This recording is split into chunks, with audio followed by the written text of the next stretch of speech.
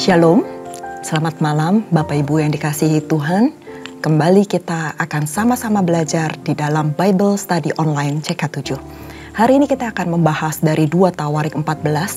Dan sebelum kita mulai dengan pembahasan hari ini, saya mengajak Bapak Ibu untuk sama-sama memuji menyembah Tuhan. Kita sama-sama minta urapan Tuhan turun atas kita semua, sehingga kita dimampukan untuk belajar, menangkap, dan bahkan melakukan kebenaran firman Tuhan. Mari kita sembah Dia. Koryawata shanda karawata sikika.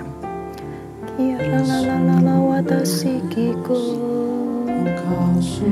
Haleluya. Haleluya.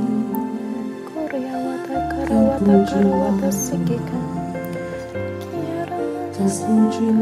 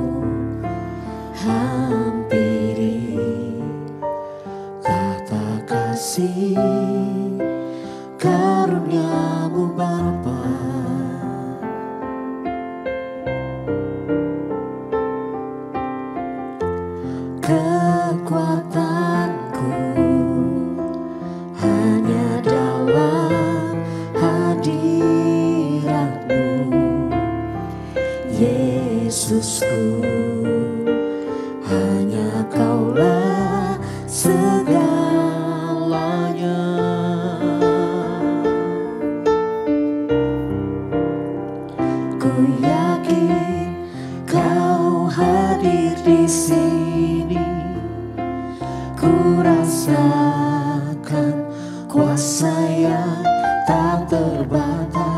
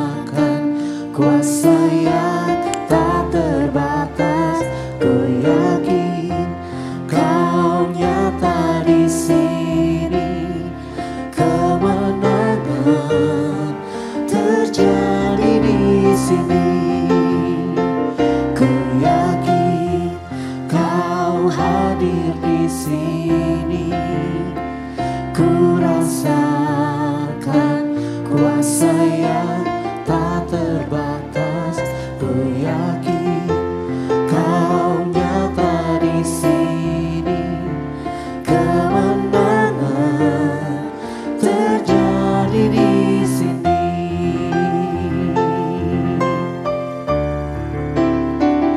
Ku yakin Kau hadir di sini, ku rasakan kuasa yang tak terbatas.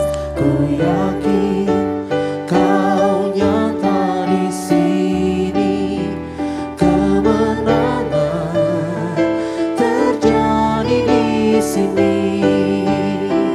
Ku yakin Kau hadir di sini, ku rasakan kuasa yang tak terbatas. Ku yakin Kau nyata di sini, kemenangan terjadi di sini. Ku yakin Kau hadir di sini, ku rasakan kuasa yang tak terbatas. Ku yakin Kau nyata di sini, kemenangan terjadi di sini. Kemenangan terjadi di sini, kemenangan terjadi di sini. Kau yang memberi kemenangan bagi setiap kami, ya Tuhan. Terpujilah Tuhan. Kiralabataka yaralabashi, yaralalalaba yaralamu. Haleluya. Kiralabataka yaralalalabasi, yaralalalaba yaralala. Kami nyatakan kebesaran-Mu dalam hidup kami, Tuhan. Kiralalalabasi yaralamu, yaralalalalalalalalalala. Kuriyaralalalalalalaba, yaralalalalalalaba. Kuriyaralaba, kinaralaba, kuriyaralamu.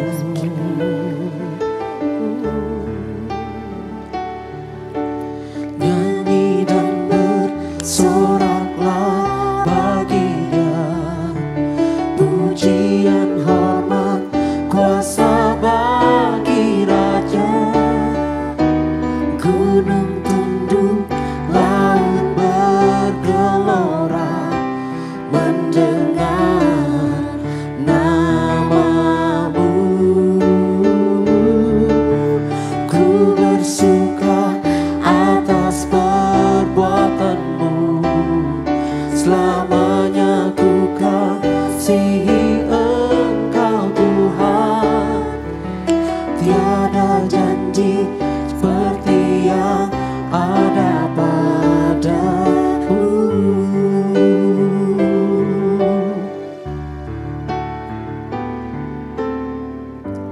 Yesusku, penyelamatku, tiada yang seperti Engkau.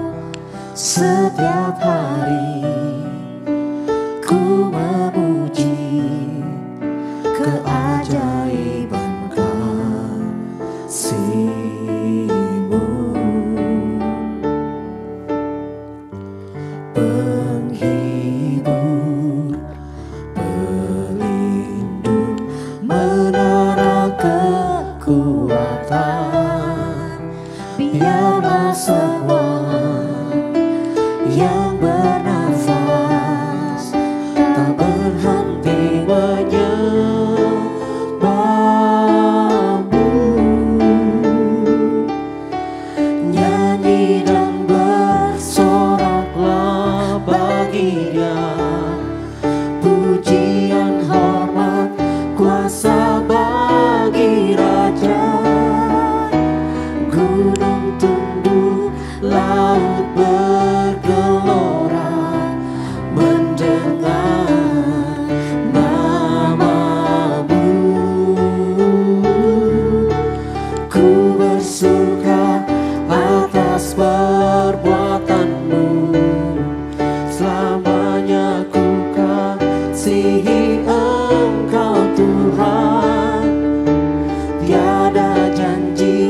seperti yang ada padamu. Nyanyi dan bersoraklah bagi Dia, pujian, hormat, kuasa bagi Raja. Gunung tunduk, laut bergelora mendengar namamu. Ku bersuka atas perbuatanmu, selamanya ku kasihi Engkau Tuhan. Tiada janji seperti yang ada padamu.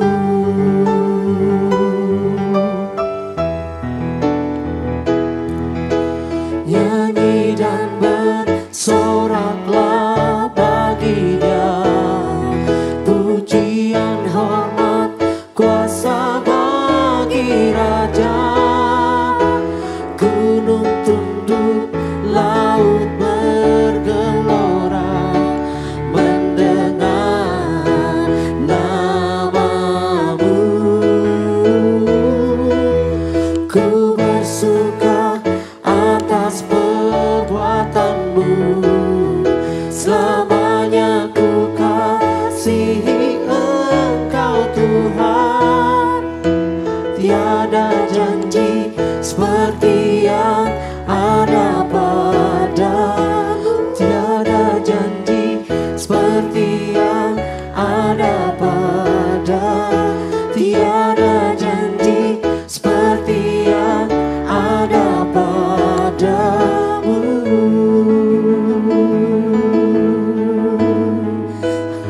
Tiada janji yang seperti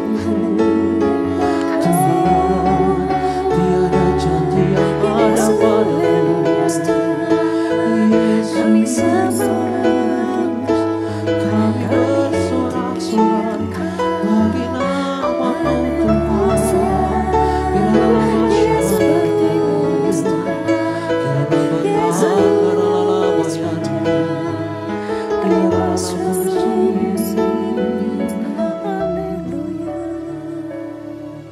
Terima kasih. Korea wata shanda karawata sikeka. Terima kasih Tuhan. Terima kasih kami memiliki Allah yang besar seperti Engkau. Terima kasih Tuhan karena kemenangan demi kemenangan Tuhan berikan dalam kehidupan kami. Terima kasih Tuhan atas setiap janji-janji yang sudah Engkau genapi meskipun mungkin saat ini belum kami terima pun Tuhan. Kami bersyukur Tuhan atas semua kebaikan-Mu. Terima kasih Bapa atas pujian penyembahan Tuhan. Biar ini semua boleh mengagungkan nama-Mu, boleh menjadi dupa yang harum untuk kemuliaan-Mu Tuhan. Terima kasih Papa, terima kasih Tuhan. Jikalau sebentar lagi kami akan mulai pembelajaran dari Bible Study ini Tuhan, urapi setiap kami, urapi jemaat-Mu Bapa yang mendengarkan secara langsung maupun secara riran Tuhan, supaya setiap kami boleh menangkap apa yang menjadi isi hati-Mu. Tuhan juga urapi hamba Tuhan, pakai mulut bibir hamba untuk menyampaikan kebenaran-Mu. Terima kasih Bapa, hanya di dalam nama Tuhan Yesus kami siap belajar. Haleluya. Amin. Sekali lagi saya ucapkan shalom dan selamat datang untuk Bapak Ibu yang baru saja bergabung dengan kami pada malam hari ini. Nah, pada malam hari ini kita akan belajar sama-sama dari 2 Tawarik 14 di mana judulnya adalah Raja Asa, Kemenangan atas Serah. Nah, sebelum kita sama-sama membahas tentang pasal ini, izinkan saya membaca dari pasal 14 ini. Setelah itu kita sama-sama akan mengupas satu persatu. Di ayat pertama dikatakan, kemudian Abia mendapat perhentian bersama-sama dengan nenek moyangnya, dan ia dikuburkan di kota Daud. Maka Asa, anaknya, menjadi raja menggantikan dia. Pada zaman pemerintahannya, negeri itu aman selama 10 tahun. Raja Asa, kemenangan atas Serah. Ayat 2. Asa melakukan apa yang baik dan yang benar di mata Tuhan Allahnya.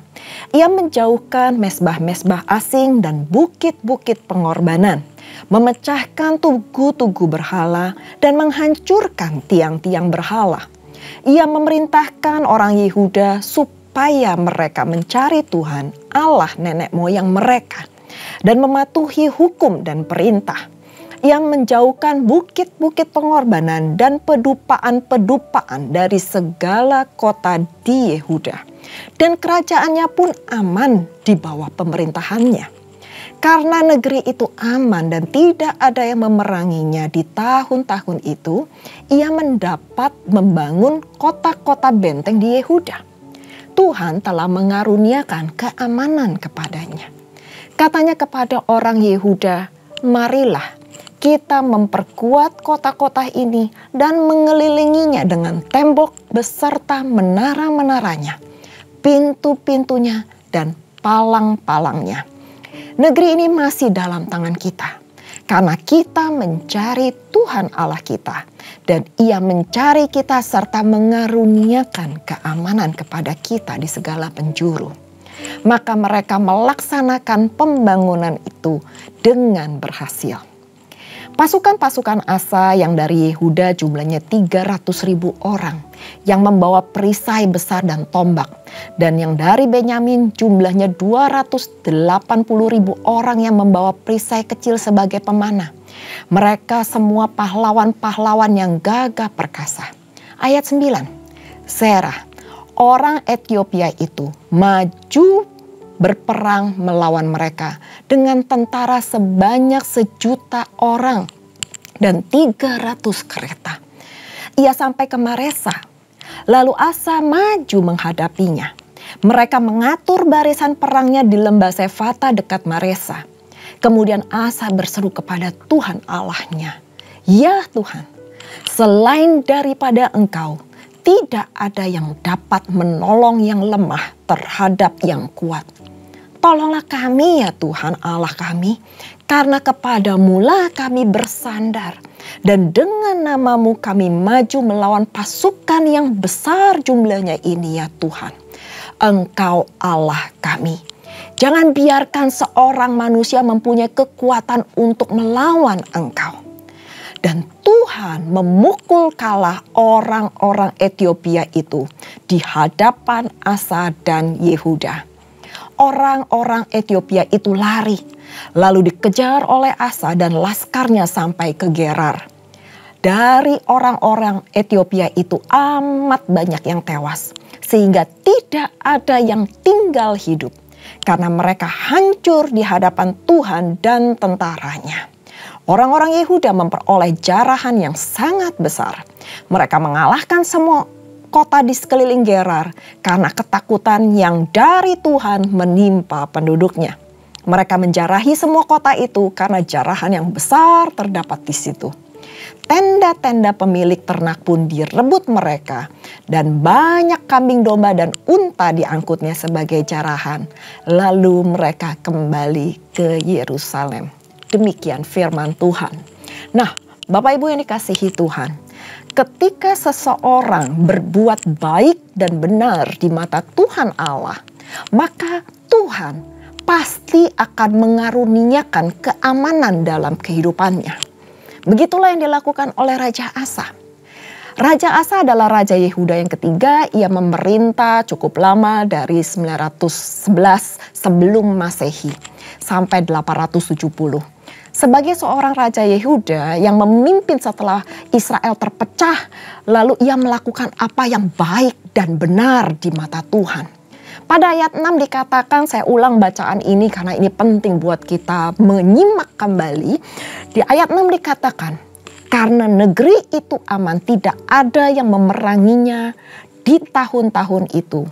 Ia dapat membangun kota-kota benteng di Yehuda. Garis bawahi, Tuhan telah mengaruniakan keamanan kepadanya. Nah, kalau kita simak dalam pasal ini, apa kuncinya Tuhan mengaruniakan keamanan kepada Raja Asa? Nah, mari kita bahas bersama-sama pada pasal ini. Jawabannya itu terletak di ayat yang kedua sampai yang keempat. Yang pertama, apa kuncinya? Di ayat 2 dikatakan Asa melakukan apa yang baik dan yang benar di mata Tuhan Allahnya. Jadi kunci pertama Tuhan mengaruniakan keamanan kepada Asa dan Yehuda adalah ia melakukan apa yang baik dan benar di mata Tuhan. Yang baik dapat saya katakan belum tentu itu benar di mata Tuhan. Tetapi yang benar itu pasti selalu baik. Maka dari itu jangan mencari apa yang baik saja. Karena apa yang menjadi tolak ukur baik di mata manusia belum tentu itu baik di mata Tuhan. Akan tetapi saya percaya kalau itu baik di mata Tuhan, baik dan benar di mata Tuhan, maka itu pasti juga baik di mata manusia. Maka dari itu harus ada kedua kombinasi ini. Harus baik dan benar di mata Tuhan. Dan ini adalah yang dilakukan oleh Asa. Sehingga itu adalah menjadi kunci utama dari keberhasilan dan keamanan Raja Asa. Itu yang poin pertama. Apa kuncinya yang kedua? Yang kedua ada di ayat yang ketiga. Ia menjauhkan mesbah-mesbah asing dan bukit-bukit pengorbanan, memecahkan tugu-tugu berhala dan menghancurkan tiang-tiang berhala. Apa yang dimaksud dengan ayat ketiga ini? Saya bisa merangkum bahwa di poin kedua, jangan sampai ada Allah-Allah atau ilah-ilah asing di dalam kehidupan kita. Prioritaskan Tuhan Allah di atas segalanya dalam kehidupan kita. Jangan sampai ada mesbah-mesbah asing, ada tugu-tugu berhala, bahkan tiang-tiang berhala.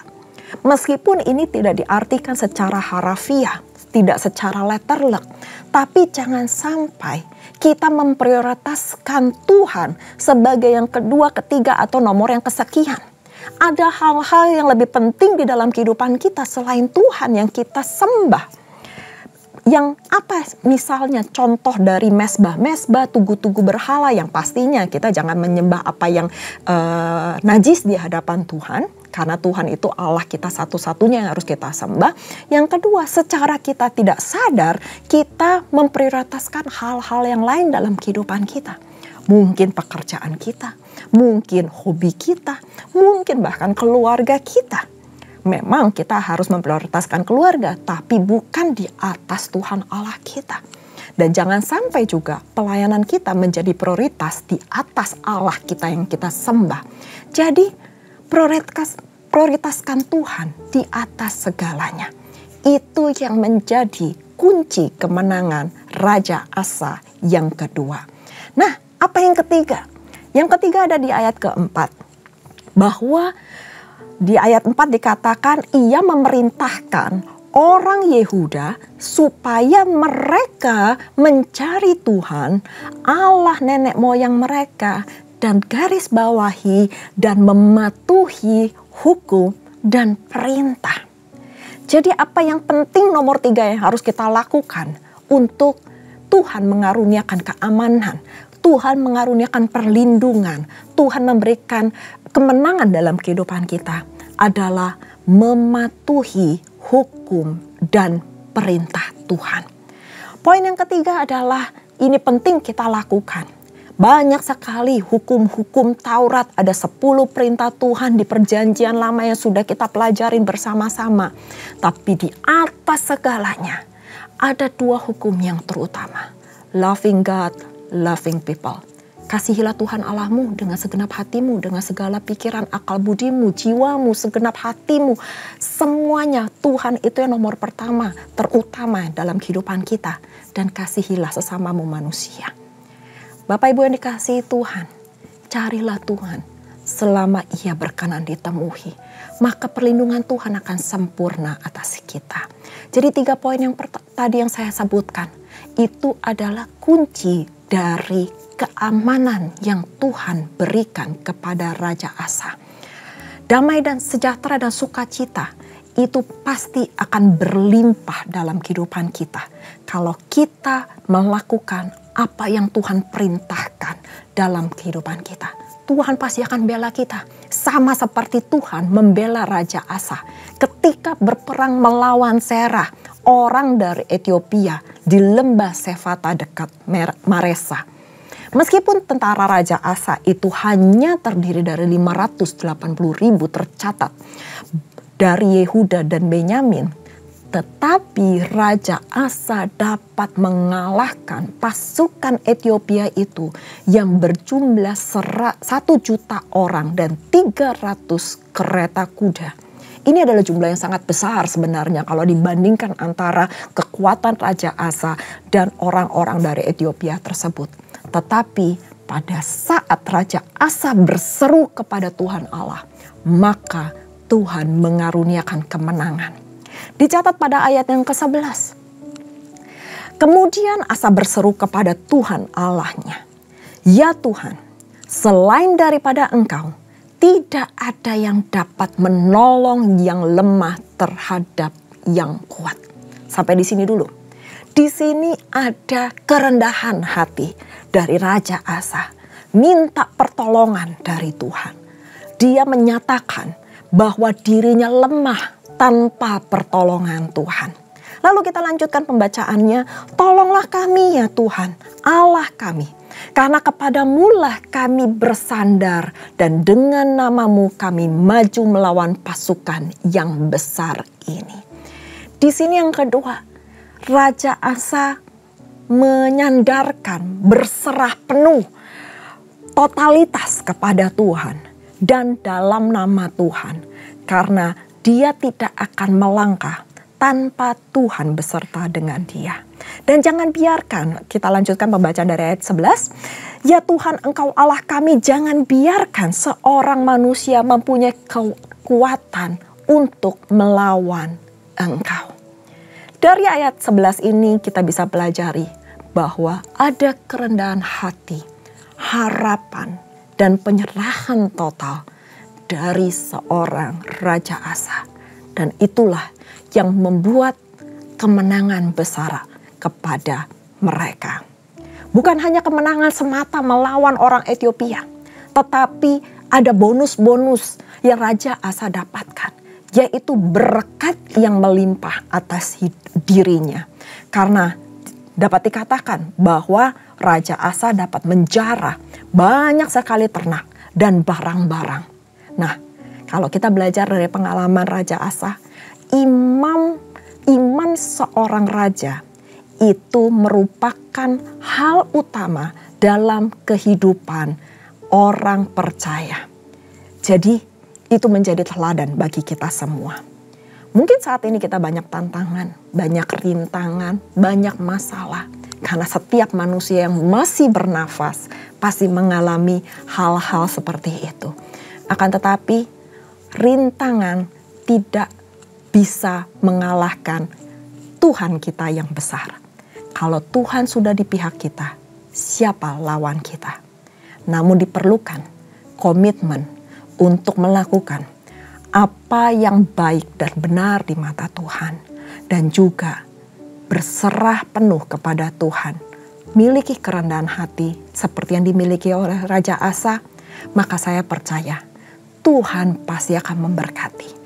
Tuhan pasti akan melindungi dan menjaga kita. Dan bahkan Tuhan akan memberikan kemenangan di dalam kehidupan kita. Mungkin saat ini kita belum melihat, tapi percayalah, bagi Tuhan tidak ada yang mustil. Kemenangan pasti terjadi untuk Bapak Ibu dan untuk saya. Mari kita berdoa. Terima kasih Tuhan untuk pembelajaran kami pada hari ini. Kami belajar Tuhan bahwa kunci kemenangan Raja Asa itu terletak di mana dia hidup yang baik dan benar di mata Tuhan. Dia menyerahkan hidupnya, dirinya totalitas kepada Tuhan. Dan dia boleh merendahkan hatinya, minta pertolongan Tuhan, bahkan menyatakan bahwa dirinya lemah tanpa Tuhan yang ada di pihak dia. Tuhan, ini kami terbatas, Mungkin saat ini ada masalah-masalah, ada tantangan-tantangan, bahkan ancaman-ancaman yang terjadi dalam kehidupan kami. Tapi kami percaya Tuhan, jika Allah ada di pihak kami, siapa lawan kami? Tolong kami ya Tuhan, tolong umat-Mu. Biar kami hidup benar semakin layak di hadapan-Mu. Supaya Tuhan mengaruniakan keamanan dalam kehidupan kami. Terima kasih Tuhan. Terima kasih kalau kami boleh bersandar penuh kepada Engkau. Allah di atas segala Allah. Allah yang menciptakan langit, bumi, dan seisinya. Allah yang kami sembah. Allah yang hidup. Terima kasih Bapa. Kami bangga punya Allah seperti Engkau. Berkati setiap jemaat-Mu yang mendengarkan pada malam hari ini. Dimanapun mereka berada. Yang sakit Engkau sembuhkan. Yang lemah Engkau kuatkan. Yang berbeban berat Engkau angkat bebannya. Bahkan yang susah Engkau hibur. Biarlah Tuhan, melalui pembelajaran kami pada malam hari ini, kami dapat berbalik dan bertobat. Dan kemenangan terjadi dalam kehidupan kami. Terima kasih Bapa. Terima kasih Roh Kudus. Materaikan firman ini dalam kehidupan kami. Dan biarkan kami boleh menjadi pelaku-pelaku firman-Mu. Terima kasih Bapa. Dan sebelum kami berpisah satu dengan lainnya, kami rindu untuk menerima berkat yang daripada-Mu. Bapak Ibu yang dikasihi Tuhan, mari sebelum kita berpisah, kita mengangkat kedua tangan kita dan kita siap menerima berkat. Terimalah berkat yang berlimpah-limpah dari Allah Bapa, kasih karunia di dalam anaknya yang tunggal Tuhan kita Yesus Kristus, dan persekutuan manis dengan Roh Kudus menyertai Bapak Ibu sekalian mulai saat ini sampai Tuhan Yesus datang untuk kedua kalinya, menjemput kita di awan-awan permai dan bahkan untuk selama-lamanya. Mari kita yang sudah menerima berkat sama-sama katakan amin. Tuhan Yesus memberkati. Shalom.